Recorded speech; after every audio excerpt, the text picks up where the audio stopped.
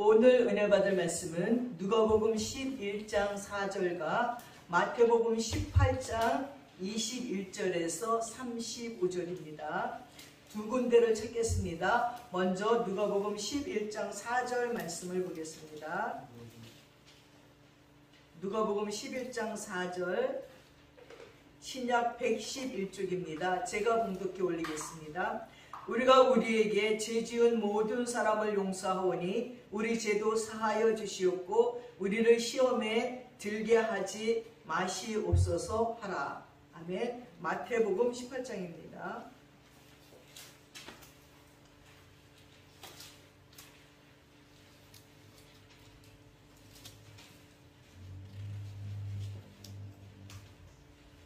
마태복음 18장 21절에서 35절까지의 말씀입니다. 찾으셨는지 알고 한 절씩 교독하겠습니다. 21절입니다. 제가 먼저 하겠습니다. 예수께서 이르시되 내게 이르노니 7번뿐 아니라 7번을 70번까지라도 할지니라. 예수께서 이르시되 내게 이르노니 7번 아니라 7번을 7번까지 할지니라. 예. 그러므로 천국은 그 종들과 결선하라 하던 어떤 임금과 같으니 결선할 때에 많은 달란트를 진 사람을 데려오매 갚을 것이 없는지라 주인이 명하여 그 몸과 아내와 자식들과 모든 소유를 다 팔아 갚게 하라 하니 그 종이 어떠려 전하여 이르되 내게 청소가 갚으리라 하거니이다. 그 종의 주인이 불쌍히 여겨 놓아보내며 그 빚을 탕감하여 주었더니 그 종이 나와서 자기에게 100달러를 빚진 동료한 사람 만나 붙들어 목을 잡고 이르되 빚을 갚으라 하매 그 동료가 엎드려 간구하여 이르되 나에게 참아 주소서 갚으리이다 하되 허락하지 아니하고 이에 가서 그가 빚을 갚도록 오게 가져거늘 그 동료들이 그것을 보고 몹시 딱하게 여겨 주인에게 가서 그 일을 다 알리니 이에 주인이 그를 불러다가 말하되 악한 종아 네가 빌기에 내가 네 빚을 다 전부 통감하여 주었거늘 내가 너를 불쌍히 여긴과 같이 너도 내 동료를 불쌍히 여김이 마땅하지 아니하냐 하고 주인이 노하여 그 빚을 다 갚도록 그를 똘들에게 넘기니라. 너희가 각각 마음으로부터 형제를 용서하지 아니하면 나의 하늘 아버지께서도 너희에게 이와 같이 하시리라. 아멘. 어떤 일가족이 바닷가에 고기배를 타고 고기를 잡으러 나갔어요. 근데 폭풍이 몰려오면서 배가 가라앉기 시작을 하는 거예요. 그래서 식구들은 모두 돛대를 의지하여서 있는데 점점 이 폭풍이 심해지면서 그리고 배는 가라앉기 시작했습니다. 그때 할아버지가 제일 밑에 서가지고 아버지를 어깨에 올렸습니다. 아버지는 자기 아내를 어깨 위에 올렸습니다. 어머니는 큰 아들을 어깨에 올렸습니다. 그리고 큰 아들은 막내 아들을 어깨에 올렸어요. 밤새도록 배가 가라앉으면서 물은 할아버지를 잠그고 아버지를 잠그고 엄마를 잠그고 큰아들을 잠그고 이제 막내 아들의 목까지 잠겼을 적에 날이 밝았습니다. 그래서 구조선이 와가지고 겨우 막내 아들만 생명을 건질 수가 있었습니다.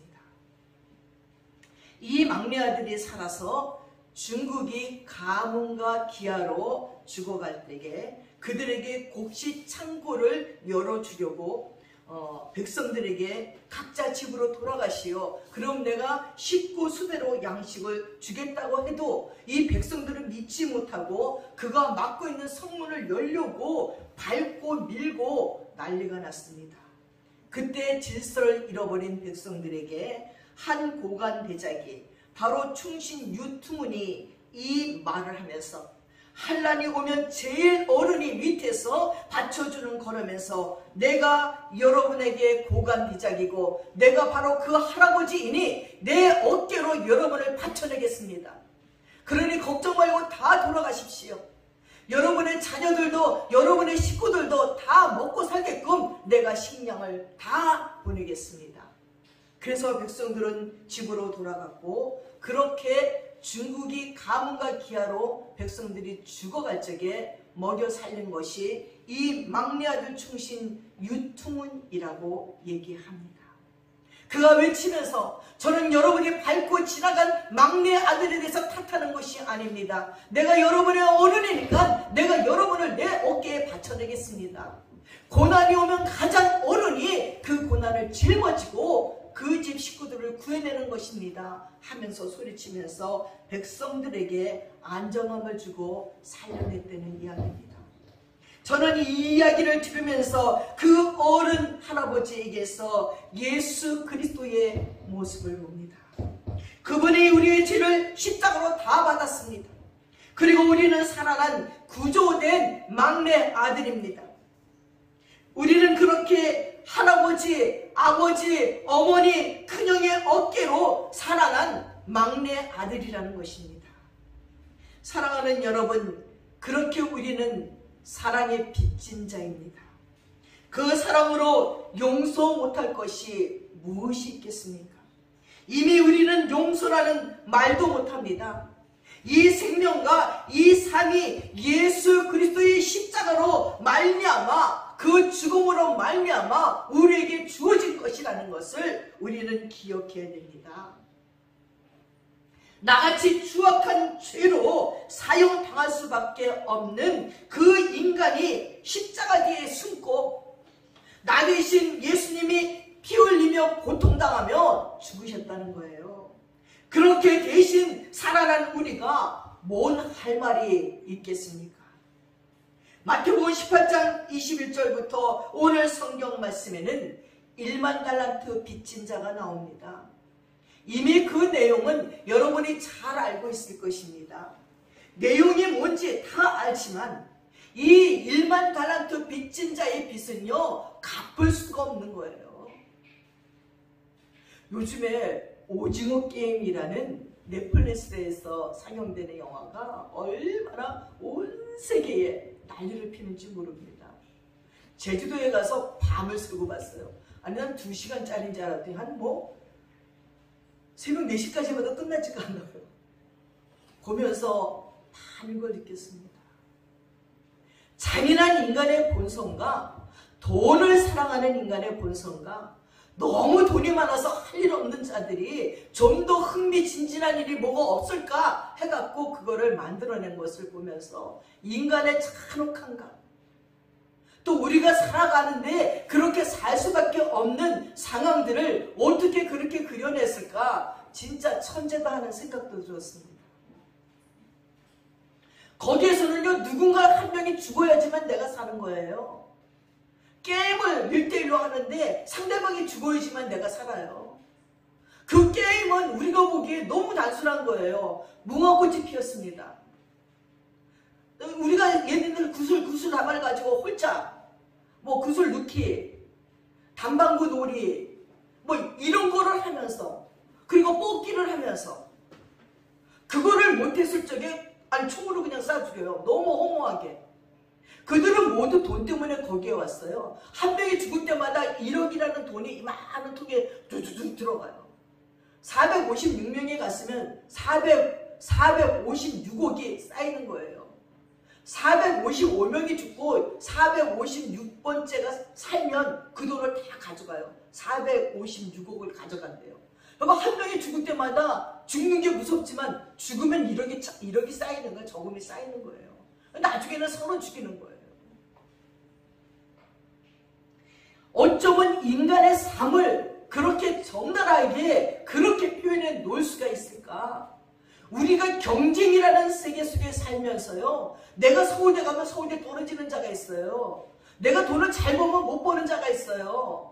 좋아할 게 아무것도 없다는 거예요. 늘상 내가 뭐를 하면 그것 때문에 죽어가는 자들이 있고 지는 자들이 있는 거예요. 그걸 게임을 아주 그냥 눈에 보이게끔 그렇게 대결로 붙여놓으면서 하는 걸 보면서 우리들의 인생이 진짜 잔인한 인생을 살고 있다는 생각도 들었습니다. 사랑하는 여러분, 근데 1만 달란트 빚진 자, 갚을 수 없는 빚을요 갚아줬어요.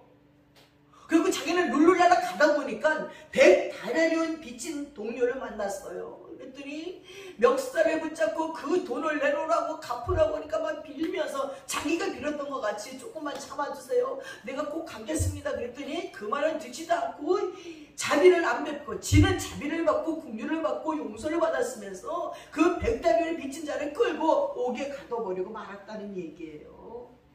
오늘 말씀에 너희가 각자 마음으로부터 형제를 용서하지 아니하면 나의 하늘 아버지께서도 너희에게 이같이 한다고 얘기했어요. 용서하지 않으면 용서해 주지 않는다는 거예요. 그러면서 돌아온 탕자에게 가늠하다 잡혀온 여인의 용서, 베드로가 몇 번 용서할 것이냐고 물어봤더니요, 70번씩 7번을 용서하래요. 무한정 용서라는 것입니다.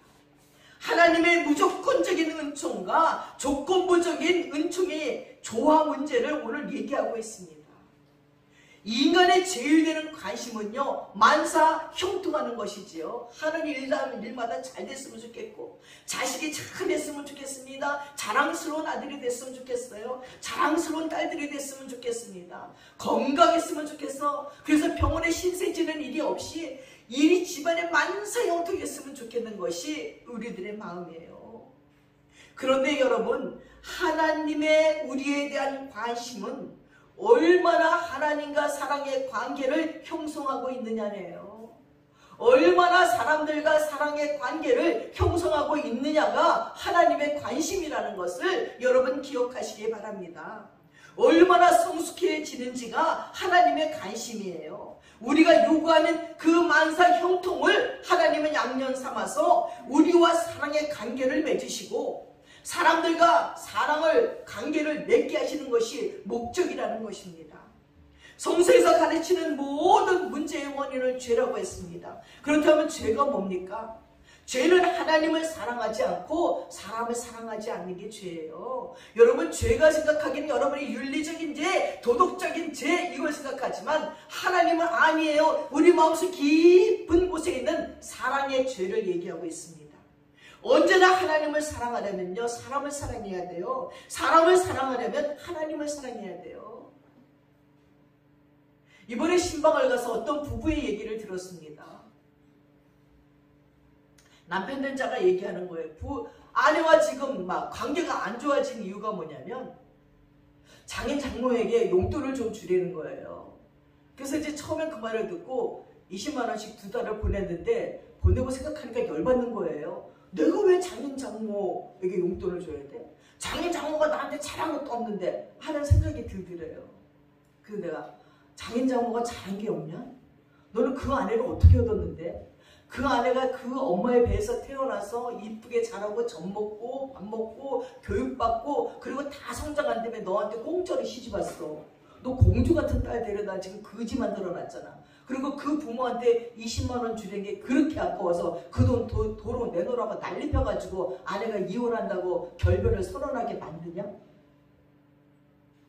아니 너 공짜로 받았잖아 그 아내. 네가 키웠어 그 아내를? 네가 먹였어? 네가 공부시켰어? 대학원까지 졸업한 아내를 너 공짜로 받아갖고 너를 위해서 살잖아. 너 사랑해주면서. 근데 그 부모에게 그것도 못 주냐? 성경에 내 부모를 공경하면 이 땅에서 장수하고 하나님의 나라를 기업으로 준댔는데 니네 엄마 아버지 다 돌아가시고 안 계시면 장인 장모를 부모 삼아서 네가 충성을 다하고 섬기면 그 복이 너에게 와. 너의 장인 장모가 없으면 나라도 부모로 섬겨. 그러면 그 복을 하나님이 주시는데 그 복 받을 수 있는 곳에 심지 않으면 얻을 게 없는 거라고. 머리가 좋은 사람 네가 금방 깨닫더라. 그리고 이제 그러면 너는 아내를 얻어가지고 다른 남자처럼 돈을 잡아서 다이아 반지 하나 해줘봤냐? 니네 아내 좋은 화장품 사줘봤냐? 옷 한 벌 해줘봤냐? 좋은데 여행시켰냐? 내가 보니까 아무것도 안 해줬잖아. 그래놓고 뭔 얘기를 그거 조금 요즘 돈 조금 번다고 그거 몇 푼 주는 것도 그렇게 아깝냐? 그리고 예배 드리면서 기도하려 했더니 울면서 기도하더라고요. 하나님 잘못했어요. 돌아다 보니 정말 아내에게 해준 게 아무것도 없네요. 그리고 그까짓 그것 때문에 장인 장모가 자기한테 좀 불친절하게 한 말들만 생각이 나서 용서가 안 돼서 그랬던 거 용서해 주세요 하면서 울면서 기도하는 걸 봤습니다.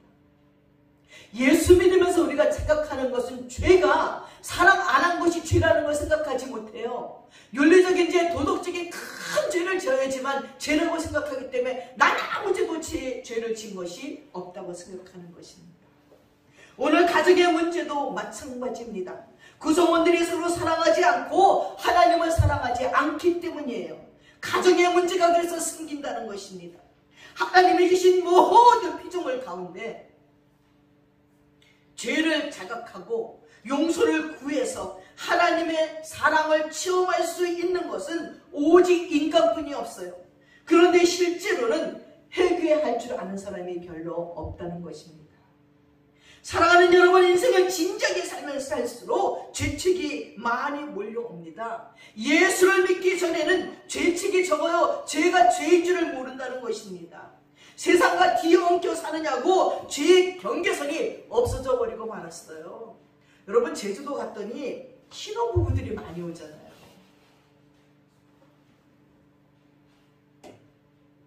거기에서 신혼부부인 여자들의 옷차림을 보면서 저는 우리 희랑이에게 참 감사했어요. 아니, 옷을 벗은 건지 입은 건지 난 정말 어떻게 해야 될지 내가 뭐 수건을 가서 가려주고 싶은 거예요. 아니, 어떻게 저렇게 하고 다닐까? 아니, 저렇게 낯뜨겁지가 않을까? 어떤 여자는 남편 되는 이제 신랑이랑 왔는데 신랑은 다 수수해. 남자들은 그냥 뭐 하얀 남방에 까만 바지가 유행인지 거의 다 그렇게 입었어요. 여자들은 앞에서는 이렇게 허용을 거쳤게 그럼 뒤를 딱 돌아서는데 등에는 이게 뭐죠, 브라자만 했어요. 그리고 다 보여.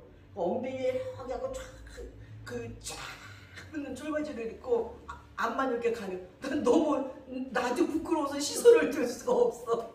남자애들이 자기네들은 어디를 봐야 될지 모르겠대. 저렇게 보고 나가면 이 영상이 지워지지가 않는데 집에 가. 어떤 여자도 베이지색 원피스를 보면 팍 붙게 입어서 초미를 입었는데 이게 자꾸 올라가서 엉덩이에 보니까 자기가 내려. 근데 내는 내려친다 이게. 아니, 도대체 옷을 입은 거야 벗은 거야? 차라리 벗은 게 더 안 야할 것 같은. 근데 거의 대부분의 여자애들이 어떻게 옷을 그렇게 입고 막 다니더라고요.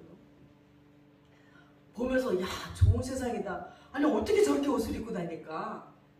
그리고 성범죄가 일어난다고 그 남자들만 뭐라 그럴 것도 아니구나 하는 생각도 들 정도로 얼마나 옷들을 정말 부끄러워서 볼 수 없게끔 입고 다니는 것을 볼 수가 있었습니다. 다른 사람들에게 죄를 유발시키는 것도 죄지요. 아니, 가만히 있어도 생각나게 만드는 그것도 저는 죄라고 생각을 합니다. 여러분, 10계명에서 제 7계명이 있는데요. 간음하지 말라 그랬어요. 간음하다 잡혀온 여인은 바로 이 계명 때문에 바리새인들에게 끌려왔어요. 이 바리새인들은 왜 바리새인이냐면 지네는 율법을 잘 지키겠다고 모여있는 것들이 바리새인들이에요. 그래서 나중에는 이 율법을 잘 지킬 수 없잖아요. 그러니까 형식적인 게 막 너무너무 많은 거예요. 그래서 밖으로 나갈 때 이 사람들은요, 모든 걸 준비하고 간대요. 눈은 어떻게 해야지 사람들이 나를 볼 때 성경 충만하게 볼까? 손짓은 어떻게 해야지 나를 거룩하게 볼까? 이거를 연습하고 나가서 거치장만 하는 거예요. 마음으로는 사랑도 없고 율법을 지키지도 않으면서 겉모양만 화려하게 하는 이 바리새인들 눈에 간음한 여인이 걸렸어요. 그럼 왜 간음한 여자만 데리고 옵니까? 남자도 데리고 와야지. 남자는 보이지도 않고 간음한 여자만 끌고 온다는 거예요. 본래 종교라는 것은 남을 용서하고 사랑하는 거예요. 근데 왜 바리새인들은 용서와 사랑이 없을까요? 사람들에게는 율법 종교가 있고 도덕 종교가 있고 참 종교가 있어요. 종교가 생명이라면 도덕과 율법은 시체입니다. 그래서 종교가 죽으면, 즉 참 생명이 내 안에서 넘치지 못하면 도덕적인 인간이 되는 거지요. 종교가 살아 넘치면 율법을 지킬 뿐만 아니라 율법을 초월하게 됩니다.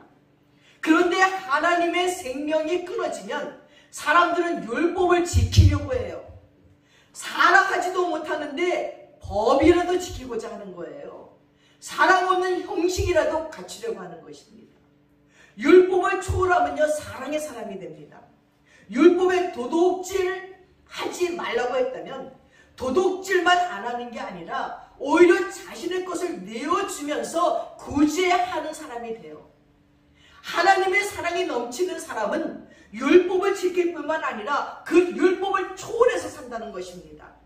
율법 때문에 억지로 사랑하는 것이 아니라 율법보다 더 강화된 더 높은 사랑을 한다는 거예요. 우리는 예수의 생명이 넘쳐나지 않아서 율법을 지키려고 하면 율법이 얼마나 짐이 되는지 모릅니다. 예수 믿는 사람들은 애를 쓰면서 도둑질하지 않으려고 노력하지 않아도 돼요. 저절로 되잖아요. 애를 쓰면서 가늠하지 않으려고 마음 추스리지 않아요. 그냥 주님과 함께 저절로 살아요. 당연한 줄 알고 있습니다. 애를 쓰면서 남의 것을 탐하지 않으려고 마음 추스리지 않아도 돼요. 저 때때로 뉴스 시간에 담배값이 이번에 올랐습니다. 뭐 술값이 올랐습니다. 그럴 때마다 생각해봐요. 아무 상관없잖아요. 우리 담배가 한 갑에 1,000만 원인들 여러분 무슨 상관 있어요? 그 1,000만 한 1억쯤 됐으면 좋겠어. 나랑 상관없으니까. 아니 술 한 병에 1억이 돼도 우리가 무슨 상관이 있습니까? 내가 술을 안 먹는데? 나랑 아무 상관이 없다는 거예요. 오르든지 말든지 그거는. 사랑하는 여러분, 성령이 충만한 사람들은 예수님의 생명이 내 안에 들어왔기 때문에 자연적으로 율법과 도덕이 자연스럽게 따라가게 되어 있다는 거예요. 생명이 그리스도의 은총을 강구하는 사람들이기 때문에 그림자가 그 사람을 늘 따라다니듯이 생명의 사람은 도덕과 율법이 자연스럽게 따라다녀요. 신앙적인 사람은 날마다 새로워지는 것입니다. 심령이 새로워지고 만보가 새로워지고 행동이 사라지고 입의 말이 새로워지는 거예요. 마음이 새로워지지 않으면 입에서 말하는 말이 퉁명스럽고 남들 무시하고 기분 나쁘게 하는 말을 해요. 예수 믿고 변하는 것이 말투가 변해요. 행동이 변해요. 마음이 변하게 되어 있다는 것입니다. 그래서 신앙적인 사람들은 날마다 새로워져요. 새로워지지 않으면 신앙생활을 잘못하는 사람입니다. 종교는 내면에서 일어나는 것이고 율법은 하나님의 힘이 없이 내면에서 일어나는 거예요. 심령의 변화가 있는 거죠. 행위와 형식만 있어서는 안 된다는 거예요. 영국의 철학자 러셀은 나는 왜 크리스찬이 아닌가 하고 고민했습니다. 그가 본 크리스찬들은 말과 행동이 달랐다는 거예요. 도둑질하는 도둑놈이 도둑질하지 말라는 말을 가장 많이 한답니다. 내가 죄를 지은 사람은 그 죄를 용서받지 못하면요 다른 사람을 오히려 비난해요. 지가 간음하면 간음한 사람 욕하고 도둑질하면 도둑질하는 사람 욕하고 사기치면 사기치는 사람 욕하고 배신하는 놈이 배신 안 한다고 욕하고. 왜 그런지 압니까? 첫째는 자신의 죄를 은폐하기 위해서예요. 두 번째는 자신도 그 죄를 지을 가능성이 많기 때문에 그 비난의 소리가 자꾸 나오는 거예요. 그게 아주 탁탁 들어오는 거예요. 머릿속에. 그 부분들이. 사랑하는 여러분, 무엇을 하든지 하나님의 생명이 넘치면 하나님의 자녀입니다. 그러나 무엇이 하든지 생명이 넘치지 않으면 모든 부분에 문제를 일으켜요. 율법주의자와 도덕주의자들은 남의 일에 참견을 잘합니다. 간음은 다른 사람들끼리의 일인데 왜 자기들이 죽이려고 끌고 옵니까? 그 남자와 그 여자의 문제고 그 여자의 남편과 그 남자의 아내의 문제지 지네가 왜 끌고 와서 돌로 치겠다고 난립니까? 원래 율법 종교는 자기 의를 드러내는 종교이기 때문에 남의 잘못을 들추어 자신의 의를 드러냅니다. 이게 바로 세 번째 이유예요. 생명의 종교는 부부끼리도 사랑으로 승하지 않고 성을 이용하면 그것도 간음이라고 했습니다. 그러나 율법 종교는 타인과의 관계만 간음이라는 거예요. 율법 종교와 도덕 종교는 언제나 편견이 생깁니다. 완전하지 않기 때문에 늘 편견이 있어요. 간음하다 붙들면 남자는 붙잡아오지 않습니다. 왜 여자만 잡아옵니까? 이것이 편견이고 결함입니다. 남자는 그래도 된다는 것이고 여자만 안 된다는 것이지요. 인도에서는요, 남편이 죽으면 여자도 따라 죽어야지 덕이 있는 여자래요. 남편이 죽이면 함께 죽여서 수장시키는 거예요. 근데 그때 안 따라 죽으면요, 아이고 이 여자가 딴 남자 좋아하는 남자가 있구나 하면서 모욕을 준다는 것이죠. 근데요, 여자가 죽으면 남자가 따라 죽습니까? 아니, 아내가 죽었다고 남자를 수장시키지 않아요. 근데 왜 남편이 죽으면 아내를 수장시킵니까? 이처럼 편견, 모순, 결함이 있다는 것이에요. 불변한 힌두교는 죄값을 말하고 즉 업을 강조합니다. 율법도 어기면 돌에 맞아 죽어야 했습니다. 그렇게 율법과 도덕 종교는 아주 냉정해요. 용서의 개념이 적습니다. 그러나 사랑하는 여러분, 지나친 죄책은 내면을 병들게 하고 육신의 병까지 가져옵니다. 여자가 성으로 죄를 지으면 죽을 것 같은 의식이 한국 사회에는 많았습니다. 이건 역시 편견이고 모순이고 결함입니다. 그런 의식을 사회적인 분위기가 만들어줬습니다. 복음이라는 것은 죄책을 많이 느끼는 것이 아니라 회개하는 거예요. 이 회가 죄책을 많이 느끼는 것이고, 개는 이 개가 하나님의 용서를 받아들이는 것입니다. 가늠했던 기억이 용서받지 못해 죄책에 계속 시달리는 거. 다른 죄는 다 용서받았다고 하는데 그것만은 계속 죄책에 시달리는 것은 자신의 생각을 하나님의 생각보다 더 신뢰하는 것입니다. 처녀 충각으로 결혼하는 것이 중요합니다. 순결한 몸과 마음으로 결혼하는 이유는 하나님의 경건한 백성이 되기 위해서예요. 그리고 거기에는 하나님이 놀라운 값을 쳐줍니다. 죄값은 흘러가지 않으나 죄의 얼은 흘러가기 때문이에요. 그래서 순결해야 돼요. 순결한 남자 여자가 결혼해서 가정을 이룬 곳에는 사단이 찌쩍댈 수가 없어요. 그러나 각자 부정된 자들이 결혼하면 문제가 자꾸 일어나요. 제가 어느 날 택시를 타고 왔는데 택시기사가 내가 예수 믿으라 하니까 이거 내가 좀 더 대신 죄를 진 다음에 예수를 믿겠대. 뭔 죄를 지으시려고요? 여자들을 더 많이 만난 다음에 죄를 짓고 자기는 장가가겠대. 그래서 내가 아저씨 그러면요, 아저씨 부인은요, 아저씨처럼 이 남자 저 남자 죄를 많이 지은 여자가 순결한 것처럼 딱 시집 올 거니까 갑자기 운전하다가 딱 쓰더니 그러면 안 되는데요. 왜 안 돼요? 아저씨는 그렇게 수많은 여자와 죄를 졌는데 아저씨가 만나는 여자도 수많은 남자와 죄를 짓고 처녀인 양 그리고 결혼하면 되죠. 그러니까 절대 안 된대. 하나님은 공평하셔서요, 아저씨가 한 대로 그런 여자 만나요. 그러니까 그런 여자 안 만나려면 지금부터 주일날 교회 가셔서 회개하고 기도하면 순결한 처녀를 만날 거예요. 그랬더니 이거 진짜 심각한데 이거 어떻게 하면 좋지? 이러면서 가는 것 같습니다. 여러분 맞다고 생각하지 않습니까? 꼭 나 같은 사람 만나는 거지요. 내가 순결하고 깨끗하면 하나님은 나의 상대도 그렇게 지켜주세요. 내가 엉망으로 살면 나의 상대도 그런 자를 하나님은 보내주셔요. 그러니 사랑하는 여러분, 정죄는 누구든지 자기 죄건 남의 죄건 죄 없는 사람만 할 수 있어요. 예수님께서 죄 없는 사람만 돌로 치라고 했습니다. 즉 하나님만이 인간을 판단할 수 있다는 거예요. 인간은 타락하고 나서는 하나님의 용서 없이는 자신이 존재하지 못합니다. 타락 이후에 인간에게는 용서가 필수 불가결입니다. 그런데 용서는 고사하고 보복하려는 마음이 있습니다. 자기와 아무리 관련 없는 사람을 모함하고 보복하려는 것이 타락한 인간의 본성이에요. 몇 년 전 국민일보에 이런 기사가 실렸어요. 어떤 남자가 개를 데리고 산책을 나왔어요. 근데 개줄을 매지 않고 나온 거예요.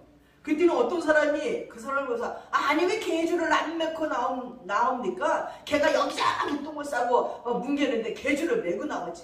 이 사람이 너무너무 화가 난 거예요. 그 잔소리한 사람 때문에 열받아서 개를 데리고 집에 가서 묶어놓고는 곡괭이를 들고 나간 거예요.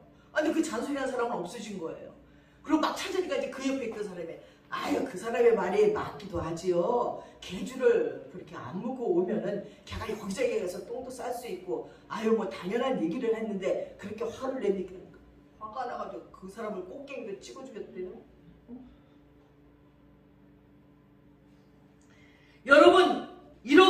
타락한 인간의 본성은 어디에서나 쉽게 볼 수 있습니다.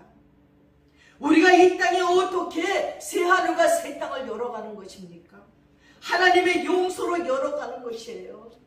이웃을 용서한 것처럼 내 죄를 용서해달라고 기도하는 것입니다. 그것은 이웃을 용서하려고 애를 쓰는 것이 아니고 자기가 하나님의 용서를 받으려고 애쓰는 사람은 이웃을 용서한다는 거예요. 1만 달란트 용서받았으면 100달이온 빚진 자도 용서해줘야지요. 그런데 하나님의 용서를 잊어버린 사람은 남의 죄도 용서하지 않습니다. 남에게 한 총재가 나에게 미쳐온다는 것을 기억하십시오. 그러므로 용서는 굉장히 중요합니다. 용서는 사랑의 다른 이름입니다. 인간은 용서 없이 사랑 없이는 못 사는 존재입니다. 용서와 사랑이 없으면 공동체가 존재하지 않아요. 공동체가 파멸돼요. 가정 공동체부터 시작해야 됩니다. 얼마나 원수가 집안에 많이 있는지요. 야, 상관없는 남하고 뭐 원수집니까? 집에서 남편과 아내와 부모와 자식이, 형제와 형제가, 자매가 다 원수예요. 신방 가서 상담을 하면 참 먼데 있는 남 때문에 원수진 사람 별로 없어요. 우리 언니가 이런 말을 해서, 우리 동생이 이렇게 해서, 우리 남편이 요 말을 해서, 우리 아내가 이래서, 그래갖고 나중에 미워서 죽겠는 거예요, 마음. 사랑하는 여러분, 우리는 언제나 세상을 거스려 살아야 됩니다. 자꾸 이 세상에 이혼이 많아지고 이혼하는 드라마를 보게 되면 나도 이혼할 마음이 들어와요. 상대방이 간음을 하더라도 자기를 지켜야지요. 세상을 거스려 살아야지요. 바람은 불게 마련입니다. 바람은 불다가 그치는데 바람 난 것을 자신에게 미안해하지 말고 용서받고 떳떳하게 살아야 됩니다. 아무리 예수가 내 죄를 용서했다고 말해도 그 용서를 믿음으로 받지 않으면 결코 용서를 체험할 수 없다는 거예요. 주님의 용서를 마음으로 받으면 그 다음에 성령의 역사가 옵니다. 여러분, 천국 백성의 특징은 사랑과 용서입니다. 용서와 사랑에 넘치는 곳이 하나님의 나라입니다. 나를 지으신 하나님이 나를 용서했으니 나도 너를 용서하라는 것입니다. 그런데 내가 하나님의 용서를 잃어버리면 이웃을 용서하기가 어렵습니다. 신앙은 자기 죄 때문에 고민하고 자기 죄를 자책하는 것이 아니에요. 분명히 자기 죄를 깨닫고 죄책이 왔으면 하나님의 용서를 받아들이는 것이 신앙이에요. 하나님은요, 우리가 얼마나 범죄하기 싫은 질그릇인지를 다 알고 계셔요. 죄에 둔감해서도 안 되지만 죄책 때문에 내가 침륜에 빠져서도 안 된다는 것입니다. 성경의 인물들도 거의 인륜에 반하는 대죄들을 지었어요. 선지자들은 그들의 인생 기록이 없기 때문에 우리가 잘 모르지만 그들도 마찬가지일 거예요. 성경에 나타난 인물 중에 죄책이 가장 많았던 사람이 가룟 유다잖아요. 그래서 죄책을 자기가 해결했어요. 뭘로? 자살함으로 해결해버렸어요. 예수님의 제자 중에는 2명의 배신자가 있었잖아요. 하나는 마귀가 죄책으로 이끌어갔고 자기가 자기 죄책을 감당하려고 자기 파멸로 이끌었어요. 다른 하나는 성령의 인도하심으로 용서를 경험했습니다. 가룟 유다는요, 예수가 3년 동안 있었음에도 그 용서를 믿지 못했어요. 베드로는 똑같이 예수를 팔았지만 그 용서를 믿었다는 거지요. 용서의 반대는 보복이고 살인이고 끌어내림이고 드러냄입니다. 약자가 강자를 용서한다는 것은요, 힘이 없어서 물러나는 거예요. 약자가 강자를 품는다는 건 비굴해서 그러는 거예요. 내가 강자였을 때 용서하고 품는 거예요. 사랑하는 여러분, 우리 인생에 사건이 생깁니다. 그런데 그 사건을 겪으면서 나 자신도 회개하지 않고 아무 발전 없는 사건이라면 얼마나 허망한 억울함이겠습니까? 그런데 사람들은 자신에게 주어진 사건 앞에 회개도 안 하고 신앙과 인생의 발전이 없는 사람들이 태반이에요. 내가 내 죄를 하나님께 용서받았는지 어떻게 압니까? 남의 죄를 내가 용서하는 것을 보면서 내가 용서받았다는 것을 아는 거예요. 마음에 감춘 것이 말로 드러난다고 했습니다. 말을 하면 그 사람 속에 있는 것이 다 드러나요. 이웃을 사랑하기 전에 내가 내 죄를 용서해야 됩니다. 내가 나를 용서하지 않고는 결코 하나님의 용서를 경험할 수가 없어요. 나에게 상처를 주고 비난하는 사람들을 용서하지 못하고는 그 부분의 신앙의 발전이 없습니다. 사랑하는 여러분, 죄를 내려놓으시고 해결을 하시기 바랍니다. 우리는 모두 불완전합니다. 우리의 불완전함이 우리를 아름답게 합니다. 불완전하게 여러 가지 경험을 하고 나는 유일무이한 존재라 생각하고 그만큼 가치가 있는 거예요. 마음의 찌꺼기를 잘 버려야 됩니다. 사람은 자꾸 치우려고 해요. 불완전하게 자꾸 치우려고 합니다. 하나님이 우리를 불완전하게 만들었는데 왜 그랬을까요? 그 첫 번째는 우리는 너무 똑같은 일상을 살잖아요. 지루하고 재미없을 거예요. 우리가 너무 완전하면 하나님이 필요 없을 거예요. 모든 살아있는 것들에는 무언가 공급이 되어져야 돼요.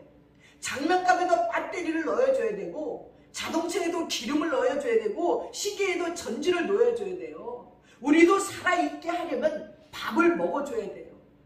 우리가 만나는 사람들을 살아있게 하려면 사랑을 공급해줘야 돼요.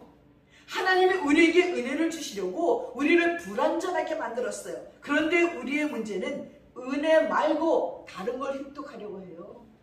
오징어 게임을 만든 어떤 부자가 거기 영감이 왜 이런 걸 만들었습니까? 하는 질문에 너무 무료해서 부자가 되보게 아무리 좋은 음식도 맛이 없고 아무리 좋은 데도 별볼이 없고 아무리 좋은 옷도 기쁘지 않아. 그래서 어떻게 새로워질까? 그랬더니 어릴 적에 그런 놀이를 하고 놀 적에 그때가 행복했던 것이 기억나더래요.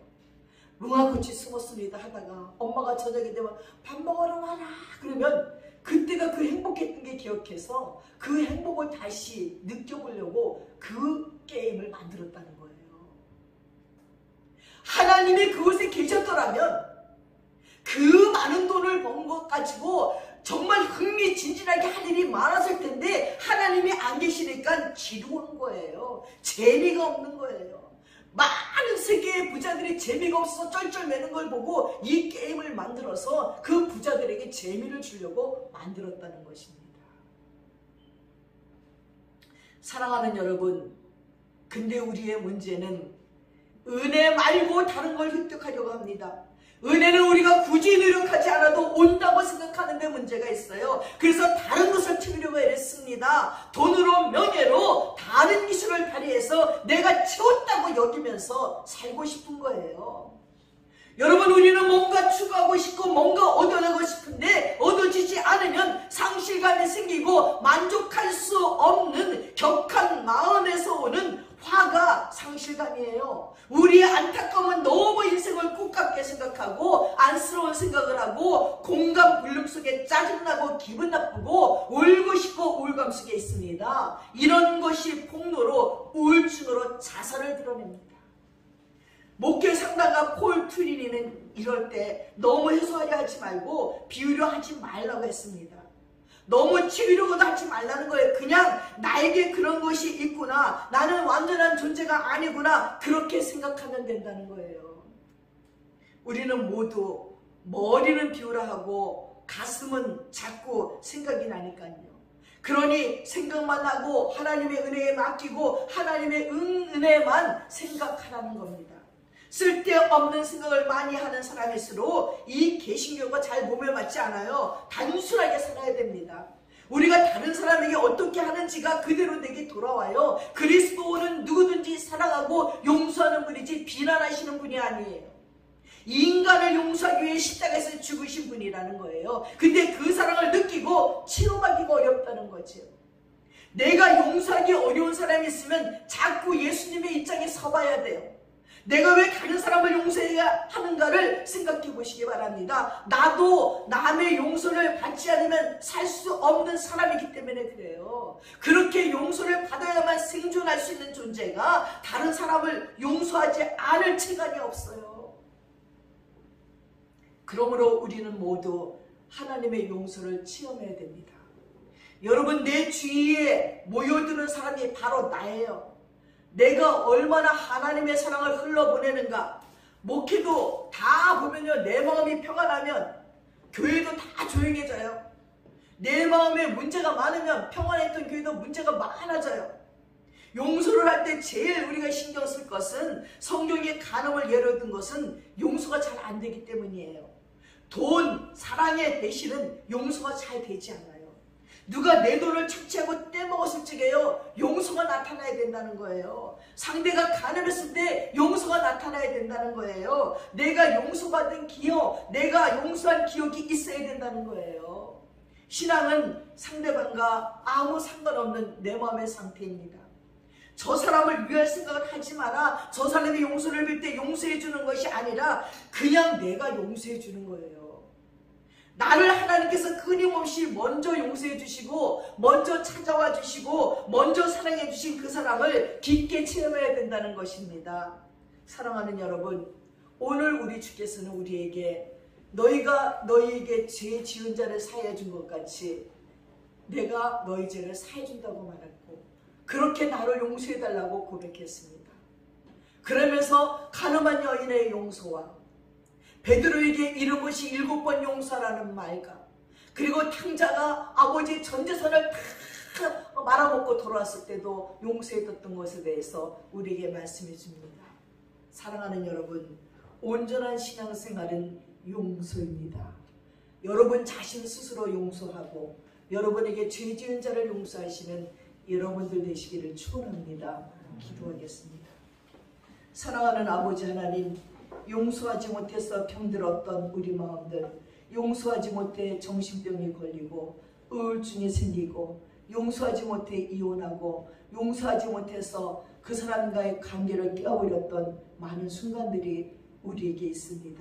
그러나 아버지, 우리 주 예수님께서 엄청난 우리의 죄를 용서해 주시고 대신 십자가에 지셨는데, 그 엄청난 용서를 받고 하나님, 우리가 누구를 용서 못할 일이 있겠습니까? 하나님, 우리가 우리에게 죄 지은 자를 용서해 준 것 같이 나의 죄를 용서해 달라고 호소하는 우리가 되게 하셔서 우리 마음에 평안을 얻게 도와주시고 건강한 신앙생활을 하는 저희들이 되도록 축복해 주시옵소서.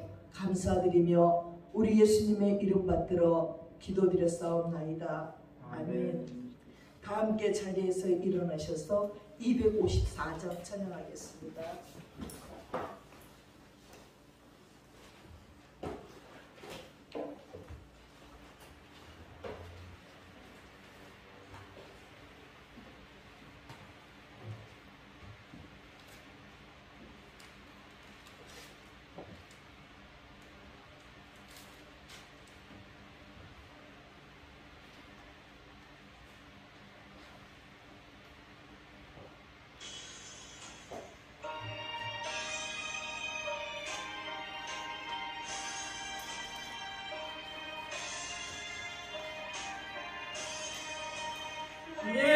주의 보혈을 정하고 정하라.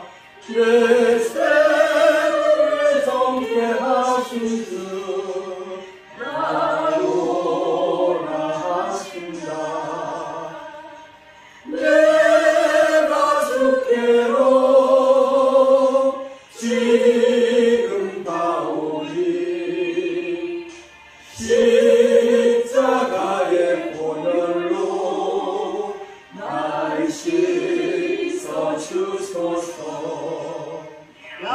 약하고 주래도 주께로 나가며 힘주신 오늘 주함을 곧 씻어 주시네. 내가 주께로 지금 가오니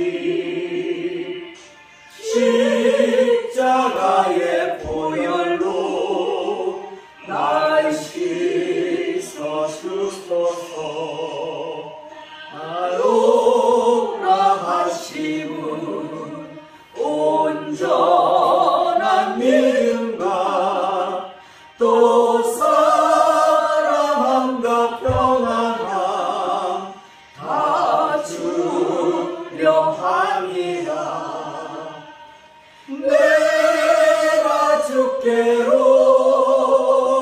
지금 가오니 십자가의 보혈로 날 씻어 주소서. 죄인 복받아 살 길을 얻었네. 한없이 넓고 큰 은혜 베풀어 주소서. 내가 주께로 지금 가오니 십자가의 보혈로 날 씻어 주소서.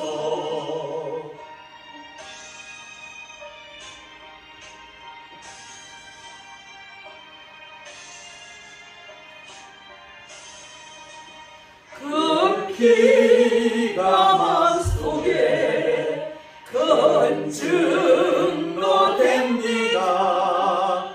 내 기도 소리 들으사 다 허락하소서. 내가 주께로 지금 가오니 십자가의 보혈로 날 씻어 주소서. 아멘.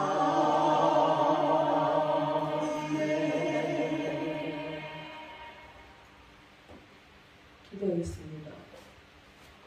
지금은 우리 주 예수 그리스도의 한없는 은혜와 우리 아버지 하나님의 풍성하신 사랑과 성령님의 감동 감하시고 교통하심이 이제 나에게 죄진 자를 용서해주고 나도 하나님 앞에 용서받기로 작정하는 믿음의 권속들 머리머리 위에 이제부터 영원토록 함께 하시옵기를 간절히 축원드려옵나이다. 아멘.